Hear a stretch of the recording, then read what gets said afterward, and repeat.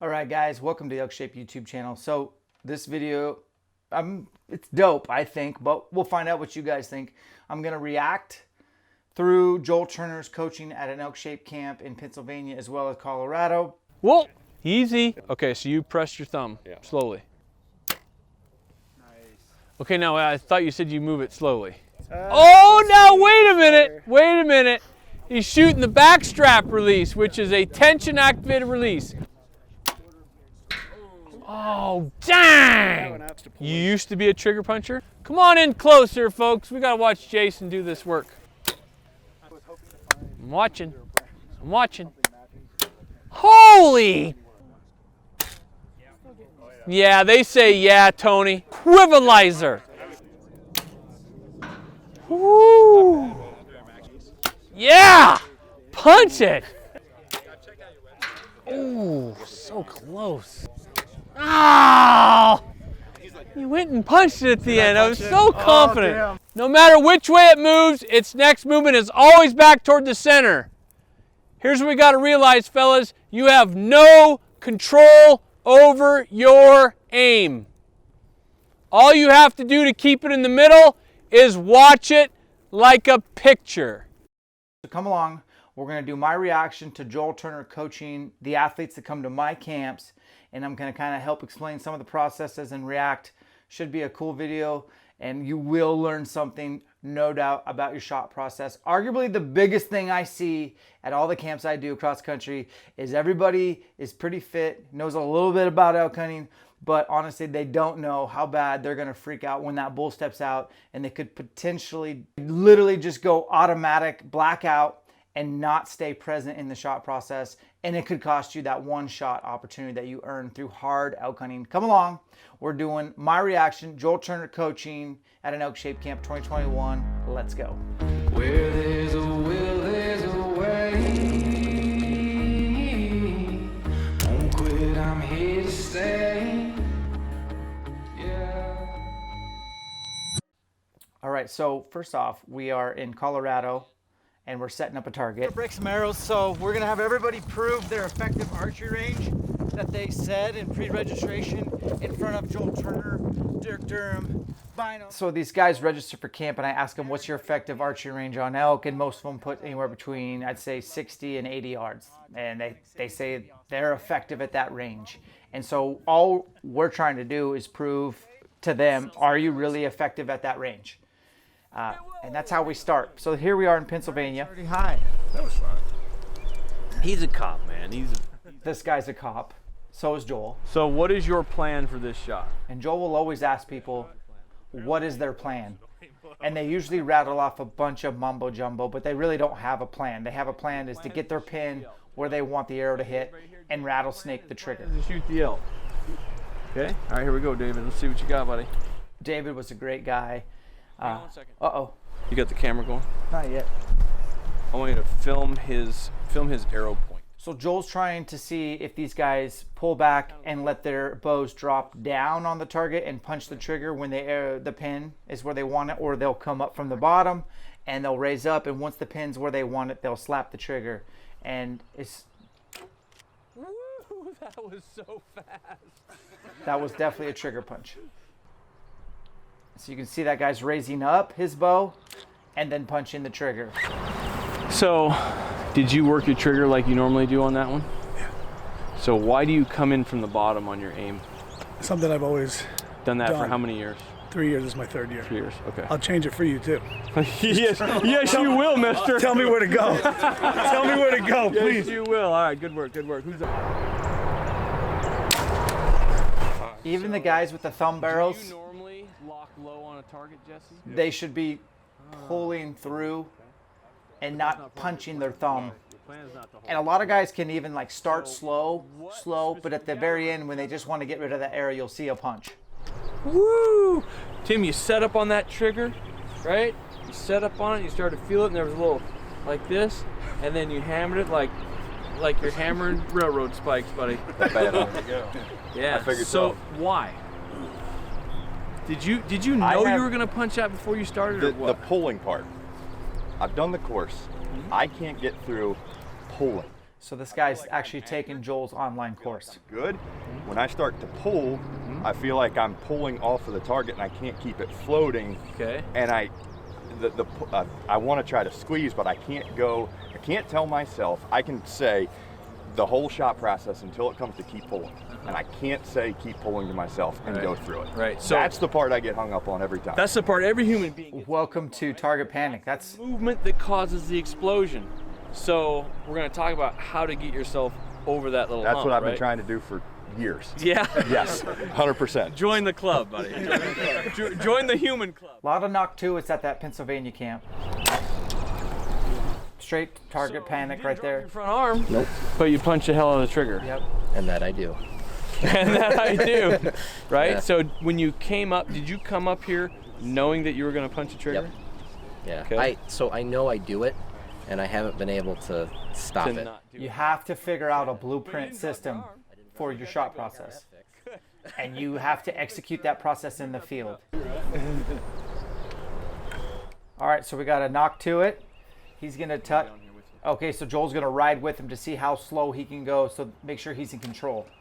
That went fast. Started to work slow, and then what happened?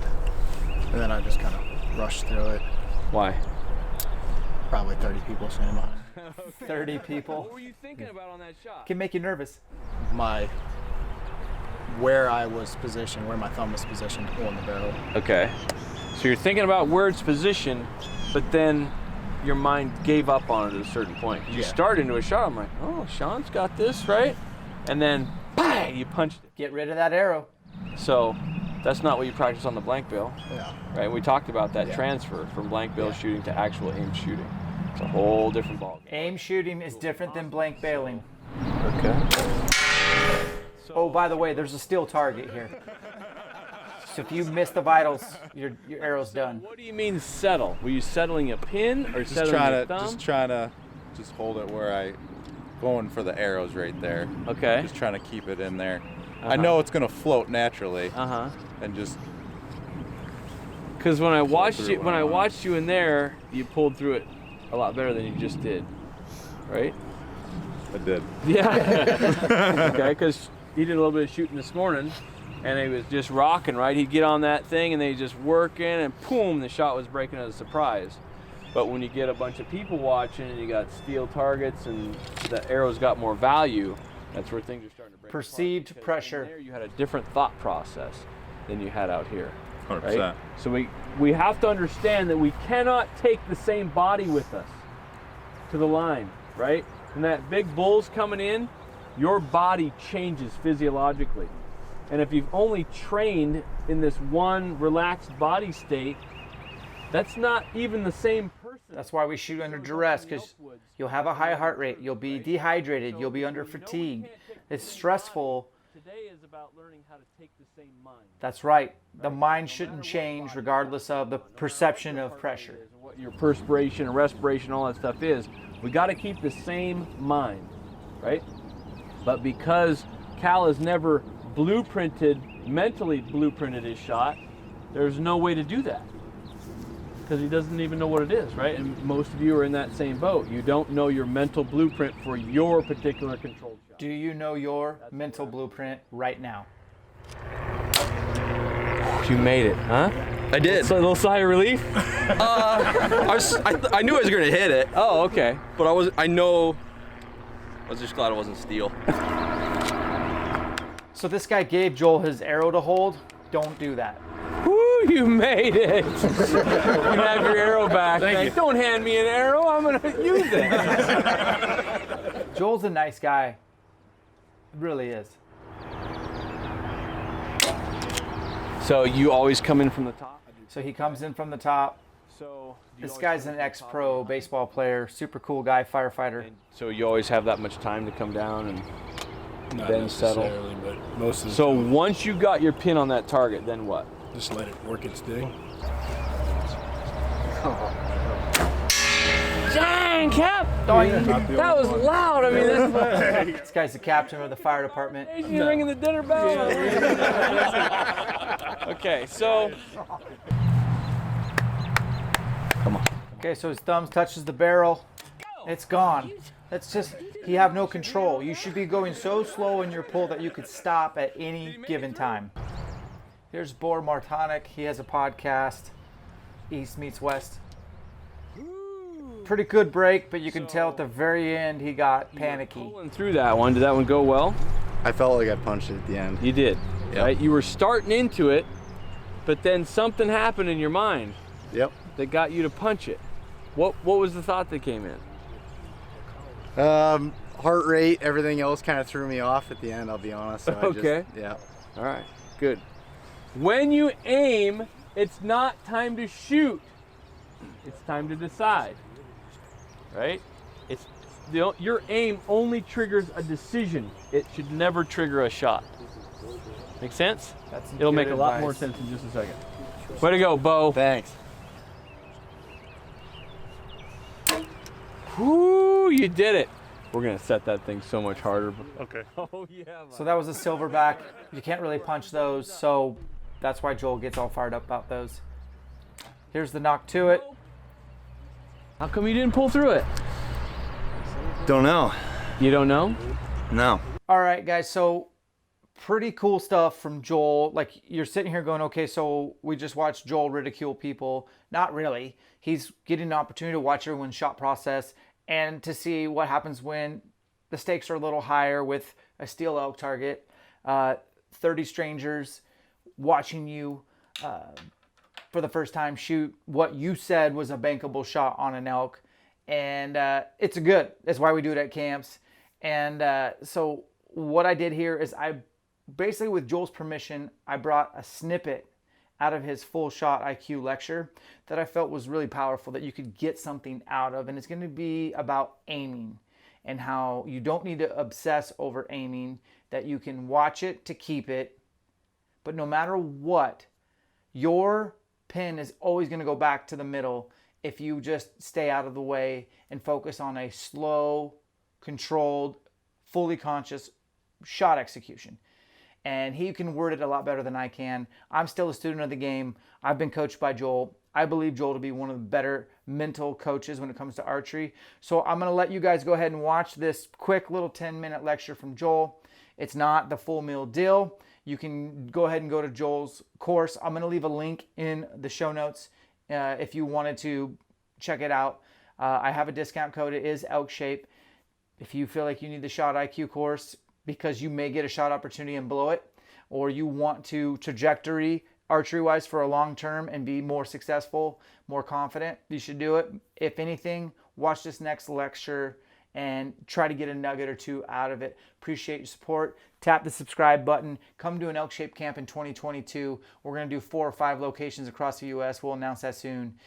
Without further ado, here's Joel Turner, and here's a snippet of this awesome shot IQ lecture. Hold it out at full extension with the writing utensil up and put it on this dot. Do you see the movement? Go ahead. You see the movement? You have to notice that no matter which way it moves, its next movement is always back to the center. Do you see that? How come, relax, how come none of you in this particular drill, how come none of you started your pen here and then went? Or started your pen up here and dropped it down into this?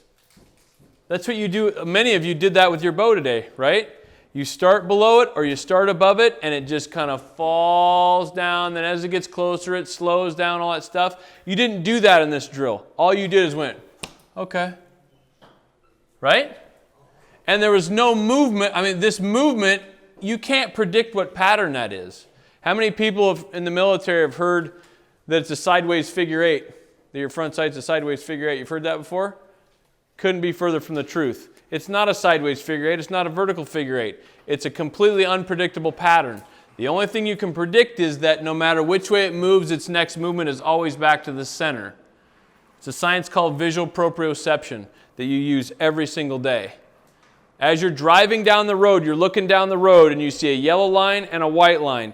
You get visual feedback that your vehicle is veering slightly to the left, and you automatically correct that vehicle back to the center of the lane. And when you get the right visual feedback that you're back in the middle, that movement stops, right? And then it goes the other way, and it's constantly correcting. That's exactly how you aim your bow.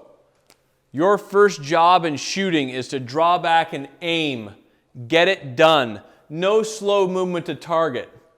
If you know it's 30 yards and you got a 30-yard pin, stick your 30-yard pin where you want it. And then the only control you have over it is to watch it. Literally watch it like a TV screen. You're not focused on the pin. You're not focused on the target. You have painted a picture with your pin, and now you have to shut the door on that room. And you just got to keep watching through the window. You can't touch it anymore. You have no control over your aim. It's all driven through your eyes and visual proprioception. So just draw back and aim, get it done, and watch it to keep it. Literally, watch it to keep it. That is the only control you have over it. The problem is the core problem in shooting. The core problem in shooting is that your mind will not allow you to cause your body impact as a surprise. We're all out there trying to pull through our releases and all that stuff to make a surprise break, right? Well, that will never happen subconsciously. And then all of a sudden, we're trying to work through it, and then all of a sudden we punch the trigger. Your mind will not allow you to cause your body impact as a surprise. And it sees a bow going off as impact, right? Your mind is always trying to use this sight picture as the stimulus for your shot. Remember what I said out there? You being aimed does not trigger a shot. It only triggers a decision. Okay? Your aim must start to mean nothing to you. Just get it done. Draw back and aim, get it done, and then just watch it to keep it. That is job number one in your shot.